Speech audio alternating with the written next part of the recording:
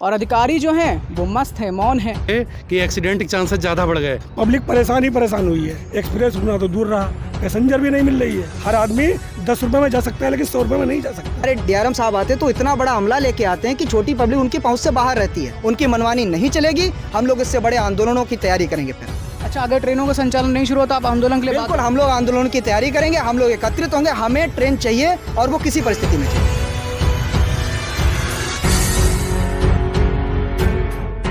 नमस्कार, आप देखना शुरू कर चुके हैं vlogger Sparsh rail news network और इस वक्त रेल पर चर्चा की शुरुआत हम कर रहे हैं सहरामू रेलवे स्टेशन से।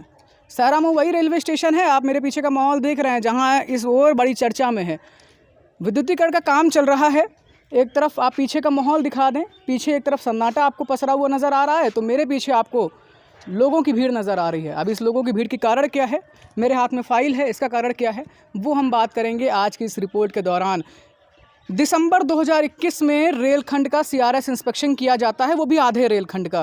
पीलीभीत तो अभी पहुंच भी नहीं पाए, पीलीभीत बहुत बड़ा दूर है। अभी मैलानी से शाहगढ़ तक ब्रॉडगेज काम करवाया गया और उसका सीआरएस इंस्पेक्शन किया गया।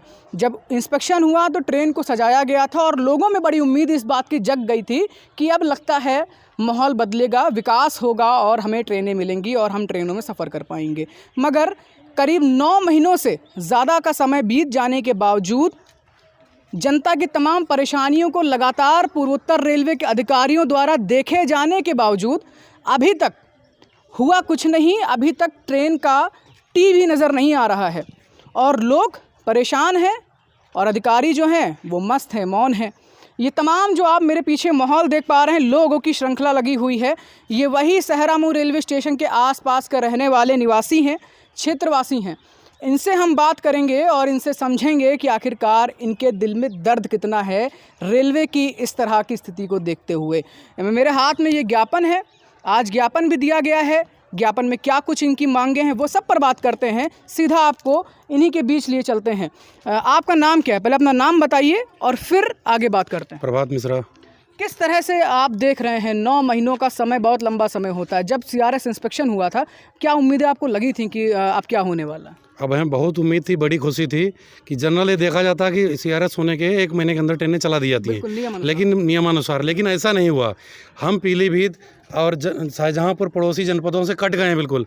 कभी इलाज के लिए भी जाना होता है गरीब पब्लिक को तो उसे वाहन किराया करना पड़ता है। और ये ट्रेन की जो सारी भीड़ है वो डग्गा मार वाहनों पे जा चुकी है, डाइवर्ट हो गई। इतना ओवर रश रहता है हाईवे पे कि एक्सीडेंट के चांसेस ज़्यादा बढ़ गए। जितनी भीड़ ट्रेन कवर करती थी वो सारी भीड़ अब डग्गा मार वाहनों से कवर हो रही है। किराया भी बढ़ गया, टाइम भी ज़्यादा बर्बाद होता है, आने जाने कोई गारंटी नहीं है। पूर्णपुर पहुँच गए तो वापसी में अगर ऑटो शाम को 6 बजे तक से लेट हो गए तो हमको कोई ऑटो घर आने के लिए नहीं मिलेगा, वहीं हमको रुकना पड़ेगा। हम जो है इसको ये देख रहे हैं, मई 2018 से हमारा मीटर गेज बंद हुआ था, ये 5वीं बार शुरू हो गई है और रेल का इतना लंबा टाइम हो गया, ये हमको दर्द बहुत है दिल में। हम ये सोचते हैं हमारा जनता का कल्याण होना चाहिए, जल्दी जल्दी रेल प्रशासन अपनी नींद से जागे और यहाँ पर ट्रेनों की व्यवस्थाएँ कराए। अधिकारी आते हैं, अधिकारी दौरे जब करते हैं तो आप लोग उनसे नहीं कहते कि भाई ट्रेन चलाई जाए? हाँ, यहाँ पर जब सीआरएस इंस्पेक्शन हुआ था तो माननीय डीआरएम महोदय और सीआरएस इंस्पेक्शन जिन्होंने किया था लतीफ़ खान जी, वो भी यहाँ थे। उनको ज्ञापन सौंपा गया था हम लोगों द्वारा, पब्लिक द्वारा। तो उन्होंने कहा ठीक है, जल्दी जल्दी ट्रेनें आपकी चलवाएंगे, ये आश्वासन दिया था। लेकिन वो आश्वासन कोरा आश्वासन ही महसूस हुआ आज तक, कोई हमको रिजल्ट नहीं मिला उसका। कोई ज़मीनी स्तर पर असंतुष्ट है? बिल्कुल 100% असंतुष्ट हैं। अच्छा, एक चीज़ और है, करोड़ों लाखों अरबों खरबों का प्रोजेक्ट आता है इस रेलखंड का, 5 साल से ज़्यादा का समय हो गया और मिला तो सिर्फ और सिर्फ ठिंगा, अभी तक तो कुछ हुआ नहीं है। और ये तार आप एक बार ज़रा दिखा दीजिए, तार आप देख रहे हैं ना, ये पीछे भी मशीन्स खड़ी हुई है, OHE खड़ी हुई है। ये तार का सिर्फ और सिर्फ जंजाल है और इस जंजाल में इस क्षेत्र की जनता को फंसाया जा रहा है। पूर्वोत्तर रेलवे के जितने अधिकारी देख रहे हैं, अभी आगे इस रिपोर्ट में बने रहिए, आगे क्या क्या पता चलता है, क्या क्या खुलासे होते हैं, आपको पता चलेगा। क्या नाम है आपका? राजेश कुमार गुप्ता। बताइए किस तरह से परेशानी, आपको क्या परेशानी होती है? यहाँ पर जो है अगर देखा जाए, जब से ट्रेन बंद हुई है, जो हमारा मीटर गेज था 2018 में बंद हो गया था। 18 के बाद हमारी पब्लिक को जो परेशानी हुई है उसका हम लोग वर्णन नहीं कर सकते। हर तरीके से शोषण हुआ पब्लिक का। ये जो डग्गा मार वाहन चल रहे हैं इनमें भी किराया अगर 20 रुपये बन रहा है 40 लिया जा रहा है, भीड़ अलग से है, दुर्घटनाओं के चांस ज़्यादा हैं। मतलब हर तरीके से पब्लिक परेशान ही परेशान हुई है। और जब ट्रेन चलती थी तो हमारी पब्लिक को बहुत आराम थी। उसके बाद ये ब्रॉड गेज किया गया तो हम लोगों को और एक आशा जगी कि चलो अब हम लोगों को और आराम मिलेगा। उसके बाद ब्रॉड गेज कंप्लीट हो गया मैलानी से सायगढ़ तक। उसके बाद CRS हुआ। हमारे माननीय लतीफ़ खान जी आए, उन्होंने हम लोगों को आश्वासन दिया कि आपकी ट्रेन जो है जल्द से जल्द संचालन करेंगे। हम लोगों ने एक एक्सप्रेस रुकवाने की भी बात रखी थी, तो उन्होंने कहा था कि मैं कोशिश करूंगा कि आपके यहाँ 2 एक्सप्रेस, एक अप और एक डाउन, मैं यहाँ पर रुकवा दूँ। उन्होंने ये भी आश्वासन दिया। एक्सप्रेस रुकना तो दूर रहा, पैसेंजर भी नहीं मिल रही है। अरे कम से कम पैसेंजर ही चलवा देते हैं, तब भी हमारी गरीब पब्लिक है। हर आदमी बड़ा आदमी नहीं होता ना, हर आदमी 10 रुपये में जा सकता है लेकिन 100 रुपये में नहीं जा सकता। अब आदमी 10 रुपये की जगह पे 100 रुपये में जा रहा है, तो परेशानी है। जब हमारी गरीब पब्लिक परेशान है तो हम लोग क्या करें बताओ भाई। और जनप्रतिनिधि, अगर आप बात करें जनप्रतिनिधि की, तो मैं व्यक्तिगत रूप से जनप्रतिनिधियों से मिला हूँ, हम अपने विधायक जी से, अपने सांसद जी से व्यक्तिगत रूप से, जो हमारे जिला पंचायत अध्यक्ष हैं, व्यक्तिगत रूप से जाके उनकी तरफ से कोई आश्वासन, कोई तारीफ, कुछ आश्वासन तो देते हैं। वो तो उनका काम है। आश्वासन देना तो प्रतिनिधियों का काम है, लेकिन काम करना उनका काम नहीं है। काम करना है तो उनके पीछे पड़ के रहो, उनके दाएं बाएं रहो, अपने आप दौड़ भाग करो, उनका कोई काम नहीं है ये। और रेलवे का भी यही काम है, ज्ञापन देना है और वो आश्वासन देंगे, काम नहीं करेंगे। रेलवे को तो ज्ञापन दिया जाता है। और ये एक हमारा एक चेन होती है ना, तो चेन से चलना पड़ता है। लेकिन ज्ञापन लेने के बाद या बात सुनने के बाद अधिकारियों को चाहिए कि पब्लिक जो मांग रही, डिमांड कर रही है, उस पर ध्यान दें। लेकिन उन्होंने इस पर कोई भी ध्यान नहीं दिया। जैसे मान लिया हम कोई किसी चीज़ की डिमांड कर रहे हैं, ठीक है, तो अगर हमारी डिमांड जो है जायज़ है, लीगल है ना, तो उस पर ध्यान दिया जाना चाहिए। अगर हम इलीगल मांग कर रहे हो, हम कह रहे हैं इस पर हेलीकॉप्टर चला दो, नहीं चल सकता ना। अगर हम कह रहे हैं ट्रेन चला दो भाई, तो ट्रेन तो चला सकते हो, लेकिन वो भी नहीं।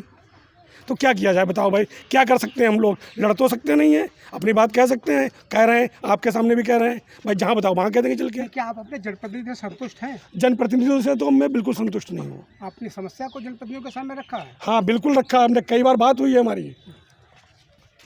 हमारी मौखिक बात हुई, फ़ोन से हुई, और आमने सामने भी बात हुई है हमारी। अच्छा, एक चीज़ मैं आप सभी से पूछना चाहूँगा, जब यहाँ के DRM आते हैं, DRM जब दौरे पे आते हैं तो बड़ा अपने रुतबे के साथ में आगे आगे चलते हैं, जनता के जैसा आपने बोला ज्ञापन भी लेते हैं, मगर ज़मीनी स्तर पर दिखता नहीं है कुछ। तो आप अपने DRM को आज के इस रिपोर्ट के माध्यम से क्या कहेंगे, मुझे ये बताइए क्या नाम है? देखिए, पहले कमल प्रताप सिंह, इस पूरे प्रकरण को आपको समझना होगा, ठीक है। ये हमारा राजधानी से लेकर के बरेली तक का एक बड़े मंडल से, कैपिटल से एक मंडल को जोड़ने का बहुत बड़ा 139 वर्ष पुराना मीटर गेज था। हमारे जो है शासन के द्वारा इसको आमान परिवर्तन कराया गया और उस क्रम में बहुत अच्छा काम भी हुआ। और अभी की जो असंतोष है वो ये असंतोष है कि काम में जो वादे किए गए वो पूरी तरीके से पूरे नहीं किए गए। जो टाइम दिया गया था CRS के बाद, ये 10 महीने तक, उसके बाद जो आमान परिवर्तन का काम है ये रुकवा दिया गया, ये ठीक नहीं था। और जो हमारी CRS के बाद आमान परिवर्तन का काम रुकवा दिया, मैं समझा नहीं। CRS के बाद जो ट्रेन चलाने का काम है, आमान परिवर्तन का मतलब ट्रैक बना दिया है, ट्रेन नहीं दिया है। ट्रैक बनाने से और ट्रेन देने में दोनों में बहुत अंतर है। अधिकारियों से जो बात होती है संचालन के संबंध में, अधिकारियों से जो बात होती है वो अधिकारी ये नहीं बताते। देखिए, जनता क्या है कि जनता अपना, उसे मालूम है कि हम विधायक के पास जाएंगे, विधायक के स्तर का ये काम नहीं है, ठीक है। तो जनता को अगर विधायक के पास जाती है तो विधायक को ये बता देना चाहिए कि आप जाएं कहाँ, ठीक है। जैसे हमारे DRM साहब आते हैं तो इतना बड़ा अमला लेके आते हैं कि छोटी पब्लिक उनकी पहुँच से बाहर रहती है। ये एक बहुत बड़ा विषय है कि हमारे जो अधिकारी, उनको इस तरीके से बनना पड़ेगा कि छोटी पब्लिक उनसे मिल सके, ठीक है। जो रुतबा लेकर के वो चलते हैं, नौकरशाही, वो ठीक नहीं है, ठीक है। तो अगर DRM से कोई मिलता है तो DRM ये भी बता सकते हैं कि आप कहाँ जाएं, आप प्रोसेस क्या फॉलो करें, किस तरीके से आपको इस काम को परिवर्तित करा सकते हैं। ये बहुत बड़ा मुद्दा है और जिससे हमारी ये जो हम सब लोग हैं, इससे हम लोग अपरिचित हैं कि जो ये ट्रेन संचालन का काम है, हम लोगों को स्पष्ट नहीं बताया जा रहा है कि ये इतने दिनों तक रुका क्यों है, ठीक है। कारण क्या है? 20 तरीके के र्यूमर हमारे यहाँ होते हैं। कोई बताता है कि जनवरी में चल जाएगी, कोई बताता है कि सागड़ से आगे माला जंगल में जो फॉरेस्ट का जो एरिया आता है उसमें जो पुल है वो पुल नहीं बन पा रहा है, फॉरेस्ट उसकी NOC नहीं दे रहा है। ऐसे बहुत सारे र्यूमर दिए जा रहे हैं। कोई भी, ना तो रेल का कर्मचारी और ना कोई प्रतिनिधि बाकी सारे काम कर रहे हैं, ठीक है, उनसे मैं संतुष्ट हूं, लेकिन इस विषय में कि वो सही से हमें ये नहीं बता पा रहे हैं कि हमें क्या करना चाहिए और ये जो संचालन रुका हुआ है ये क्यों रुका हुआ है। ये उनसे मेरी आपके ब्लॉग के माध्यम से उनसे निवेदन है कि आप से जो प्रतिनिधि मिलने जाएं, जो हमारे सदस्य मिलने जाएं, उनको ये बताएं कि ये जो परिवर्तन रुका हुआ है क्यों रुका हुआ है, जिससे हमारे समाज में असंतोष ना फैले और उनके प्रति, उनकी कार्यशैली के प्रति प्रश्न चिन्ह ना उठे। रेल के अधिकारियों के ऊपर भी बड़ा सवाल है और जो प्रतिनिधि हैं उनके ऊपर भी बड़ा सवाल यहाँ पर खड़ा हो जाता है। हाँ बताइए। हमारे जितने भी अंडरपास बने हुए हैं, हाँ।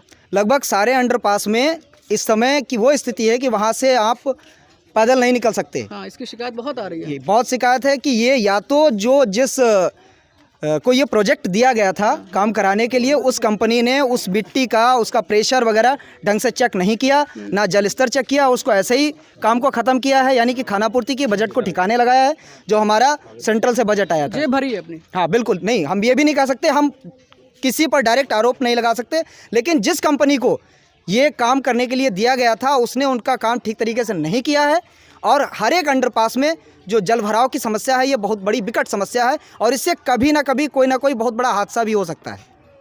तो इसमें भी कहीं ना कहीं सुधार होना चाहिए। बिल्कुल सुधार होना चाहिए। या तो अगर ये कुछ क्षेत्र ऐसे हैं जहाँ पर जो तराई बेल्ट में आते हैं, जहाँ पर वाटर लेवल बहुत ऊपर है, वहाँ पर अंडरपास सक्सेस ही नहीं हो सकते। ये पहले भी हमारे क्षेत्र के लोगों ने इस पर मांग रखी थी, हमारा काम भी रुकवाया गया था और हम जनप्रतिनिधियों ने मिलकर के इसको रोका भी था, लेकिन तब भी नहीं रुका था।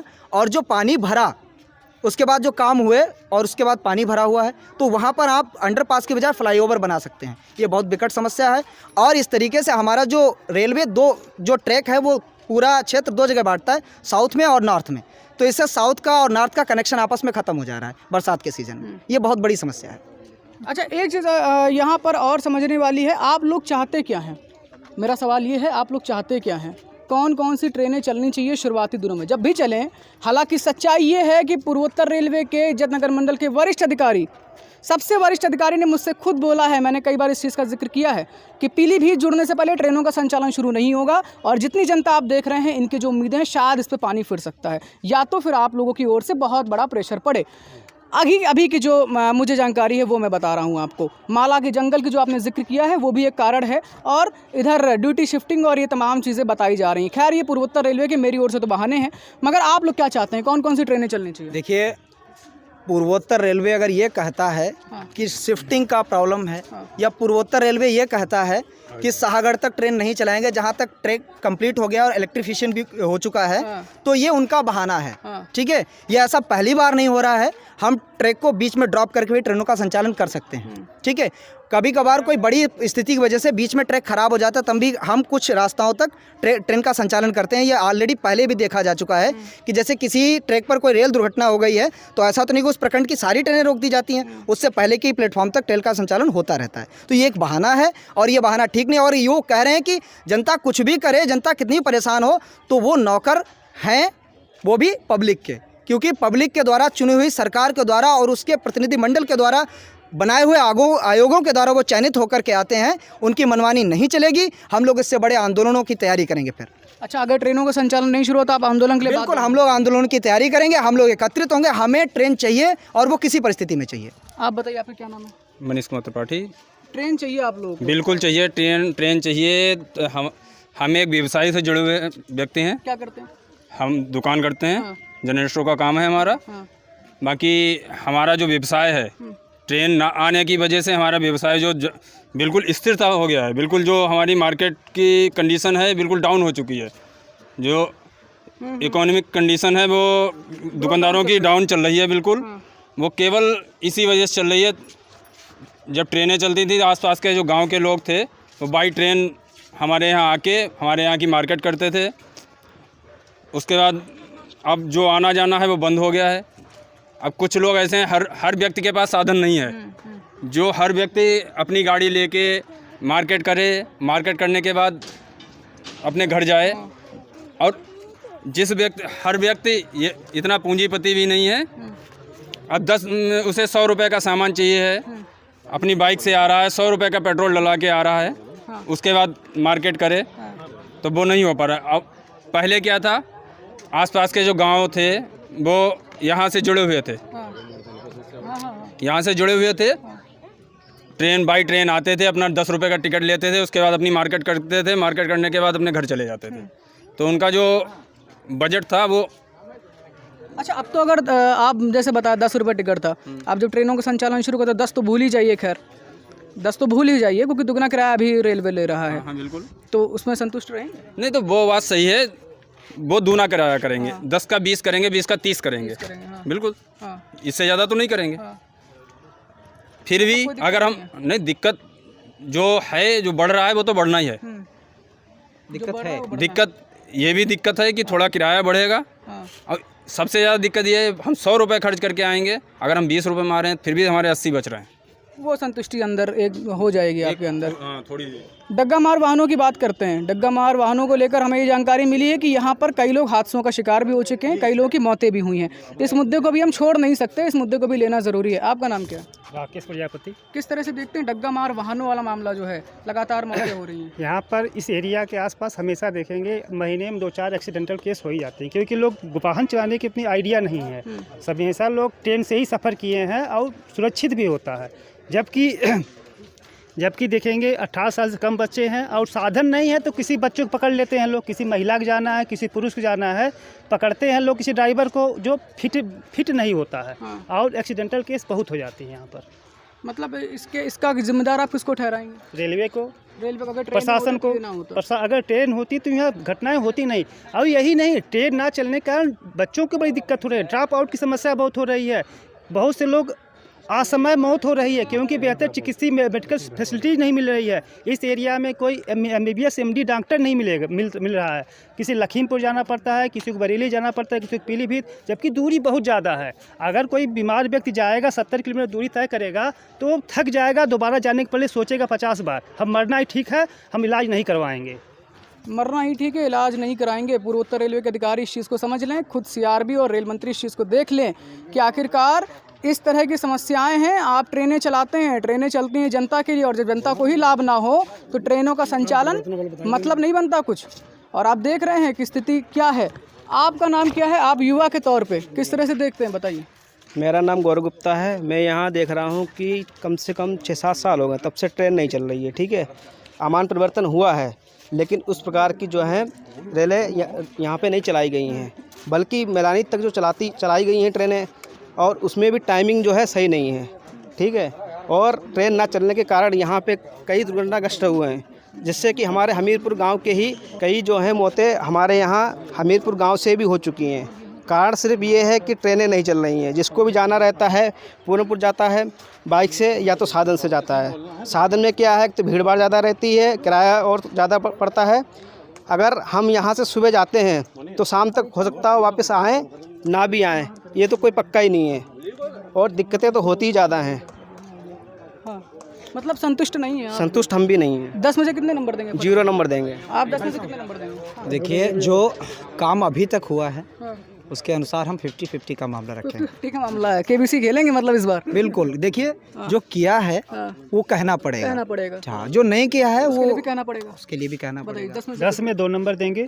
और एक बात और कहना चाहेंगे, हमारे प्रधानमंत्री इतनी शक्तिशाली हैं, मुख्यमंत्री इतनी सशक्त हैं, दुनिया में चर्चा होता है, लेकिन ये देख रहे हैं कि जितने काम हो रहा है, बड़ा मुझे भी निराश होती है कि इसके शासन काल में भी एक काम जो प्रगति नहीं कर रहा है। अब पता नहीं अधिकारी का कैसे लोग नियुक्त कर दिए, इनको हटाकर किसी और के लाना चाहिए जो सक्षम व्यक्ति हैं। तो देखा आपने कि लोगों की क्या कुछ कहना है। डीजल लाइन कंप्लीट तो डीजल तो कर ही सकते, इतना तो पैसा रेलवे के पास में है कि कम से कम डीजल लाइन शुरू कर सके। देखते रहिए vlogger Sparsh rail news network. सहरामू रेलवे स्टेशन से स्पर्श सिन्हा की रिपोर्ट।